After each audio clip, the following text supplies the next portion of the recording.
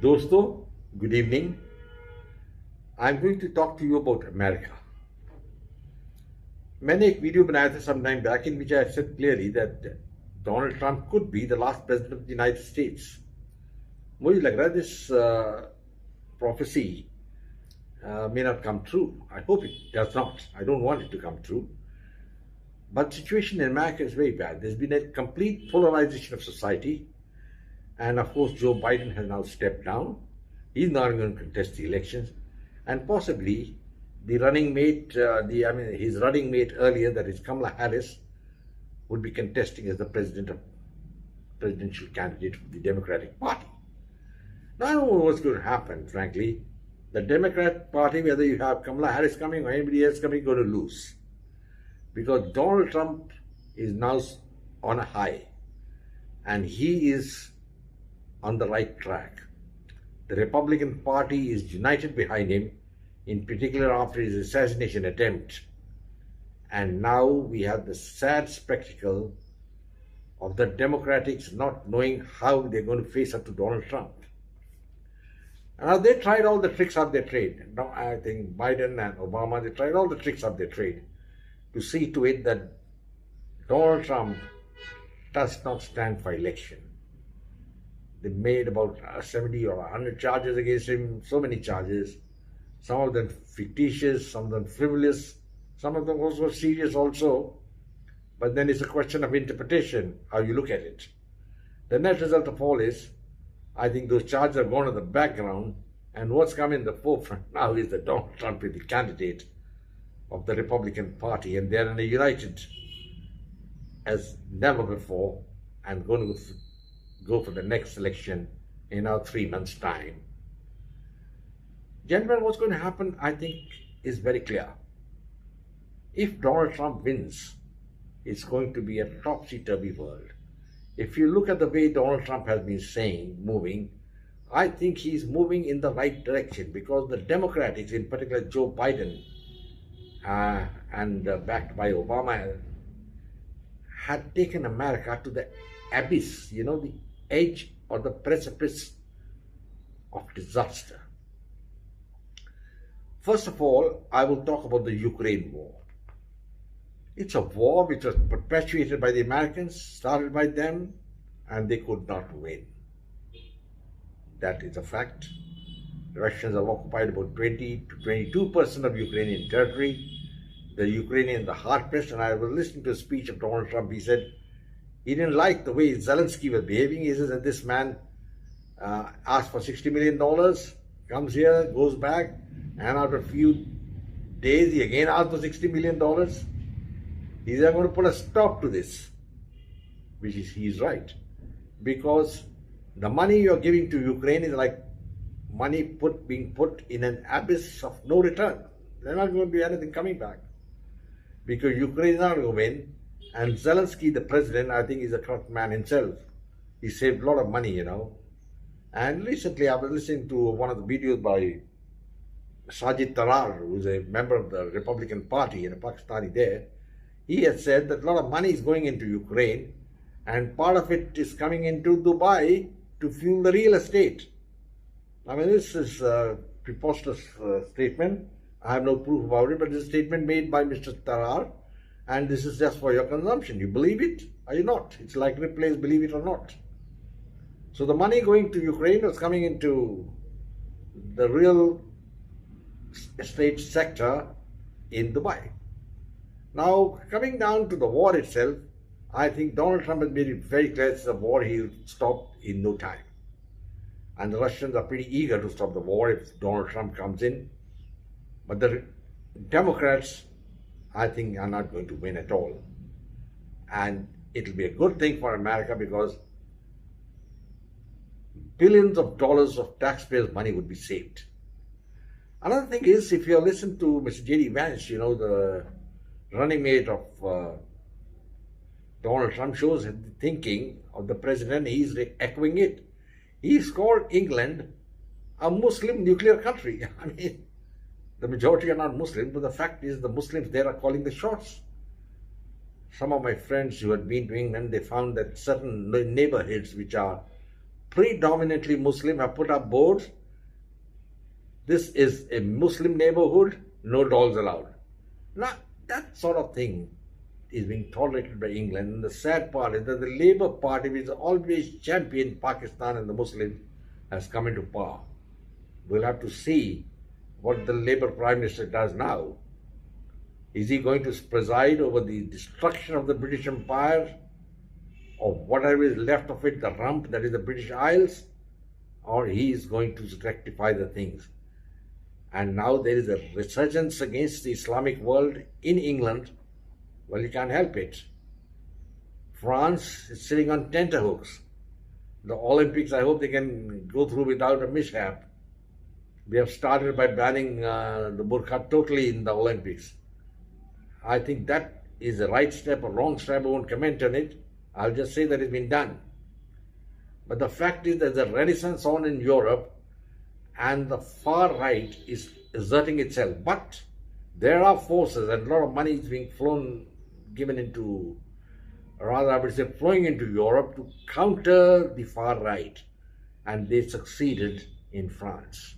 The far right had won the maximum number of seats in the first stage of the election, but in the second stage they came at number 3. And Donald Trump has made it very clear that he's going to support these regimes and keep paying money for their defense. If you want defense, you pay money. And he's gone on record and said that NATO is an obsolete organization. And it is the countries like Eastern Europe, who've been entrapped into NATO, are the ones who are going to suffer the most. Poland, Estonia, Latvia, now Finland joined in. And what the hell? I couldn't understand what the purpose of joining it. NATO is a dead organization, cannot for a war its life. And NATO's tried its level best. They're not, Ukraine may not be a member of NATO, but they tried everything to help Ukraine. Millions of dollars of weapons, latest weaponry being supplied by England, tanks by Germany, and Macron shouting from the rooftop that Russia not being allowed to win. And Macron saying that he'd like the French to go and fight there. I don't think he remembers whether the French any war for the last 100 years. They should remember they lost badly in Algeria, they lost very badly in Indochina, they defeated, they sold generals and all, they were saying hands up, we gave up, and they were dancing, we had lost. And you remember that they lost the Second World War to the Panzer divisions of Hitler within 40 days.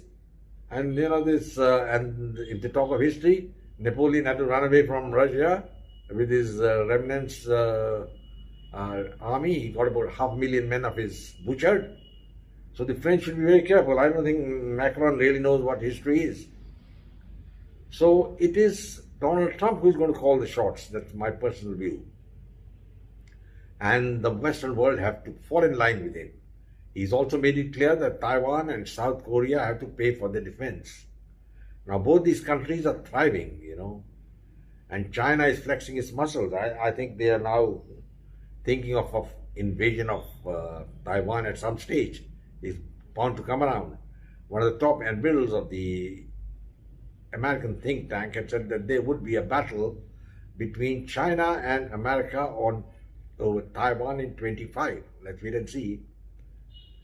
Biden was very clear, at least he's been making some bravado statements that if China does anything in Taiwan, it would be in war with America. It's easier said than done, I think the best thing would have been that in case in 1972, when Nixon made that historic visit to China, he had not thrown in the towel and sat down and said, bowed his head to Mao Zedong and said, we accept the one China policy. That was an anchor around the neck of the American leadership. And now America can't backtrack on it. If you have accepted the one China principle, then obviously Taiwan has to be part of China. Otherwise, you must annul the statement which you made that time and say we recognize the two China principle, and then get ready for a battle with China. I can tell you the Chinese are not a monolith force. There's a lot of dissension in China itself, and Chinese are sitting on a precipice, on an edge. Tibet is not fully under their controls. There's an insurrection on by the Uyghur Muslims in Xinjiang. And even I think in the Communist Party there would be rumblings against President Xi, who has appointed him president for life. So we'll have to see, gentlemen. I think no country is really immune. The Indians are also very badly off. They're facing a big terrorist attack in Kashmir, and the Indian army has not been able to do much despite all the bravado and talk that ulti ginti shuru ho gayi hai of the terrorists. Nothing has started like that at the moment. I don't find anything. And finally, what is going to be the mind of Donald Trump? That is the thing which is going to decide the future of the world. Donald Trump, I think, is a nationalist. He's looking forward to make America great. And that is the crucial point which really matters. And if he wins by a very big majority or by any majority, I think the world will have to brace up to what Donald Trump wants to do. I understand he would like to make the Europeans pay for their defense. He would like to solve the Ukraine war. I think Zelensky's days are numbered. Number two, Taiwan, he will definitely help them, but they have to pay heavily for what they are getting. Same thing with South Korea. You remember, he's a man who thinks out of the box. He was the first American president who had 2 meetings with Kim Jong, the dictator of North Korea. And during his time, North Korea never carried out any belligerent act. I think Kim was looking for a breakthrough with the West. If Donald Trump can do that, he could wean Kim away from the Chinese influence. And of course, his views on Iran are well known. He doesn't want Iran to have the nuclear bomb. And the Iranians, I don't know whether you can trust them with a bomb or no, because what they use of a bomb, you see, if you don't use it, I think the Iranians are looking for a bomb to use it. And they want to use it against the Hebrew state of Israel. Well, wait and see what happens, gentlemen. Situation in a flux. America is now climbing up. As I said in my last video, if Donald Trump wins, the American leadership of the world will be prolonged. They'll get a lease of life. And if Biden had come back again, or even if Kamala Harris comes, the days of American superpower state is over. Well, gentlemen, I think I'll close now. I don't know whether it'll be a good thing or bad thing if Donald Trump comes to power as far as India is concerned, because India also is sitting on the hedge, on the fence. They haven't decided which way you have to go. And once you're with Donald, you are with Donald all the way, or you're not with him at all. We'll have to wait and see what happens, gentlemen. I think I'll close now. If you like my video, please share it with your friends. Come back for more. I look forward to further interaction with you all. Goodbye and God bless. Thank you.